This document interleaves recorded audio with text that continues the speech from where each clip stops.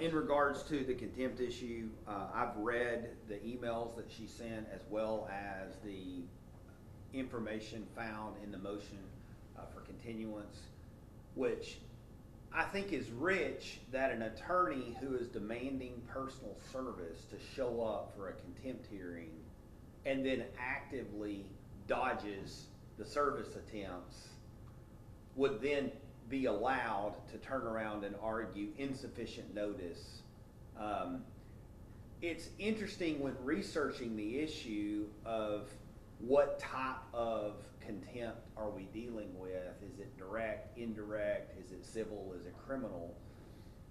I think most of the issue, most of the time you would think, well, this is clearly indirect because it involved doing a brief on a case, which would have been done outside of court. But the order itself was given in court. It involved the purpose behind the order was to help with the efficient flow of justice on the particular case, the Zavaleta case. I also think that it is important to note that the same brief that she refused to file, which led to the initial contempt finding, it was then argued in one of the hearings in front of one of the judges that Judge Charles appointed on a motion to recuse, that the judge was biased because he allowed 3837 under the Code of Criminal Procedure evidence in against Ms. Warren's client. That's the exact issue she refused to brief. And so the fact that she's obviously not been candid with the court, she has just flat out lied about several things. I think you could make an argument that this is direct contempt because by failing to do something, she interrupted the process of the trial. And there's case law that kind of goes both ways on what constitutes work that would be not done in the courtroom, but that is as a result of a direct order in court. But even in indirect,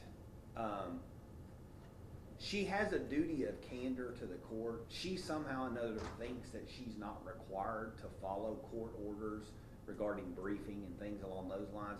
I would make a suggestion to her that she go back and read the lawyer's creed in and of itself, because there is a specific section that deals with the duty that judges have to lawyers as well as lawyers have to judges, and one of those is that they'll be punctual, which she's obviously never, and that they won't be disruptive. Not following court orders certainly would be one of those. Now, a violation of the lawyer's creed, not a good enough reason to hold someone in contempt.